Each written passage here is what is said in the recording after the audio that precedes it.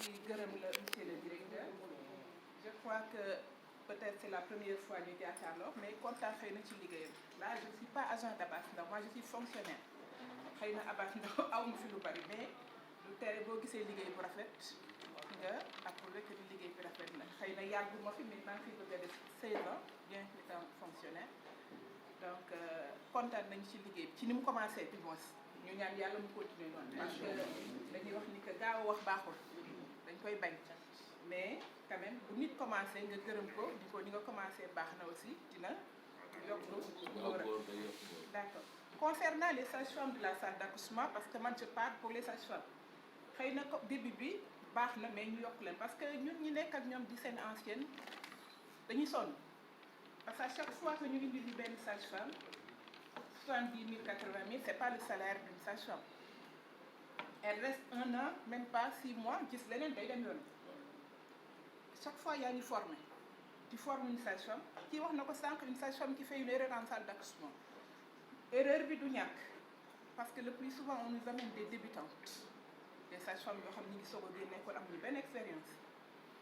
da ngay nekk di former un bon jour te réveilles ana diw ñu ne ah moom dem na pourquoi parce que hôpital fidélisé wu ko day dem parce qu'après tout on n'avait pas fait la formation pour 80 000 ou 100 000 francs li ñu bëgg mooy xëy na foo xam ne dañ fay am yokk donc lu ngeen ci mën a yokk ci loolu ngeen yokk ko ci pour mën a fidéliser les jeunes ñu toog parce que toujours on a ce problème salle d'accouchement une sage-femme telle def na erreur et le plus souvent boo ñëwee xale la boo xam ne day soog a commencer. Hein? Elles ont 135 maintenant. 135. Après le travail des partenaires et macha allah sant alhamdulillah aussi les informations ñun na maternité on a un problème heureusement temps yi changé na parce qu'on a les notes de service peut-être qui passent xamuñu dara lu xew ci maternité absolument rien absolument rien tu es là da ngay xëy suba dugg sa salle tu gères tes malades wàcc nga ñibbi tey mel ni comme yow doo comprendre quoi keroog maa ngi koy wax kii ma ne ko dafa mel ni dañu considérer comme des agents d'Abass Ndao et pourtant on est là on travaille comme agent d'Abass Ndao suñu doole yëpp ci Abass Ndao lañ koy def mais du benn information boo fiy am bokkuloo ci dara da ngay xëy suba liggéey si wàcc ñibbi da ngay laaj ci ana diw ñun la nekk fan la dem na séminaire doo xam doo comprendre dara et depuis qu'on est là peut-être xëy na comme ni ma wax léegi mi ngi commencé changer sant yàlla même par rapport aux primes de chef yi nga doon wax sànq prime d'intéressement on s'est réveillé un jour on nous appelle pour dire que le directeur a créé des trucs comme prime de il a pris 5 personnes qui amuñu on nous a donné le truc mais amuñu benn information fan la ñu jaar lan mooy critère parce que lu ci muti doon yow pour nga bénéficier wu ci benn il faut ñu wax la critère bi tax ñu ni la yow on t'a nommé ndax ancienneté la ndax xamuñu donc 5 personnes peut-être c'est le docteur Samba moo ñu xamaloon que ni c'est 5 personnes mais critère bi tax ñu jël xamuñu ban critère la xamuloo ci ancienneté lañ ko teg xamuñu donc vous avez dit que 50 000 francs pour mu tolloo ak prix mu la maîtresse sage-femme je parle de la maternité mais je vous dis que la maternité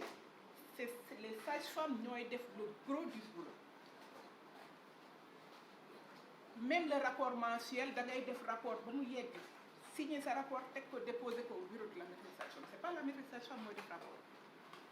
je ne sais pas ce qui se passe dans les secteurs yow yaay liggéey ba fin du mois tu fais ton rapport yóbbu rapport bi ci rapport yooyu lay boole calculer mën nañ leen divers donc que kii ak kii la différence de 50 000 francs ou pas côté boobu kii parce que c'est ces sages-femmes là ñooy def le gros du boulot donc je ne parle pas pour moi-même parce que man je suis à la fin damay dem à la retraite à la fin de l'année donc bokkul su may wax du pour man pour les autres parce que ñu jël 3 que ñu jël 5 il faut ñu wax ñu critères yi tax ñu jël 3 yi wala ñu jël 5 yi et c'est 3 ou c'est 5 parce que 5 yi indi nañ de sérieux problèmes à la maternité coow li je crois que hôpital yëpp jot nañ ci dañoo seet 5 ñu tànn leen jox leen ci nangam alors que ñun ñi ñu ko jox sax xamuñu ban critère la ñu tegal pour jox ñu donc bu ñu demee bay wàññi 3 yi jël 3 yi aussi la nekk 3 yoo xam ne dañ leen di woo waxanteeg ñu wax bu leer xam ne ñëpp que toute la maternité soit au courant que ni les 3 parce que 5 yi indi nañ de sérieux problème da ngay toog ba sa kër sax ñu di la woo di la wax naan la dégg naa yéen directeur daf leen defal faveur bi nangam alors que ñun suñu bopp xamuñu d'où ça vient xamuñu ban critère kenn teg pour jël ko loolu aussi ngeen gis essayer ko corriger. C'est pas le directeur. Non, mais c'est le service qui propose. Ouais, mais. Donc, à ma décharge, juste par rapport, parce qu'on est en secret, pour que l'information soit claire. Après validation des divisions par l'organigramme, le service a proposé, par écrit, au directeur qui a transmis jusqu'au RH pour formaliser. Mais le directeur ne choisit pas. D'accord, monsieur le directeur, c'est d'accord. Ouais, wolof dafa wax ni ku ko bëgg xaj baw la. Ku ko ci xaw baw fi toll nii hôpital bi li fi yëngu yow la. Nga baal ma. Mi ngi wane ni maa ngi jàngat ci sa wax problème de communication am na tey je note dans cela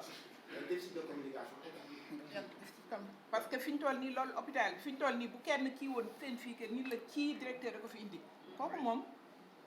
yaa ngi koy wax sànq bu ko essayé bañ actuellement Sénégal moo demee noonu man mi xamul maa gën a mën a raconter que ki xam boo moytuwul yow mi xam booy wax naa la ni noppil man maay wax parce que man maa xam alors que li may wax peut-être xaw ma ci dara loolu moom c'est le Sénégal que ñu woo la téléphone ou pas kooku moom c'est le Sénégal il faut essayer de d'évacuer. Oui. Donc concernant peut-être le service, on a des malades en suite de couche-patte. Suite de couche-patte. Où l'on gère les urgences chirurgicales, des malades qui ont été opérés après GI ou torsion de kyste. Beaucoup de programmes gratuités. Dañuy fay intégralement seen acte. Donc c'est à peu près 200 000 francs pour calculer kit bi 55 000 et on a de sérieux problèmes avec ça parce que c'est une malade qui est venue ici en urgence ñu opéré ko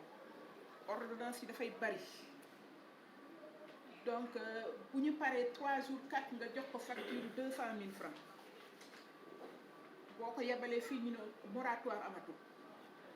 parce que problème moratoire boobu il faut ñu xool parce que malade bi waroon def 3 jours retrouver wu dem ba def 6 jours pourquoi parce qu'il n'a pas de quoi payer su ñëwee ci fii ñu ni ko moratoire amatul il faut ñu xoolaat ba xam naka lañu quitte à ce que ñu am lu ñu versé ñu xool ak l'administration naka la ñuy def pour ñu fay bien que ce soit difficile mais on a de sérieux problèmes avec ça ñu essayer xool ba xam naka la ñuy régler affaire boobu parce que ça nous pose vraiment problème parce que 200 000 francs génne ko d'un seul coup après avoir acheté les ordonnances c'est pas évident. Je vous remercie.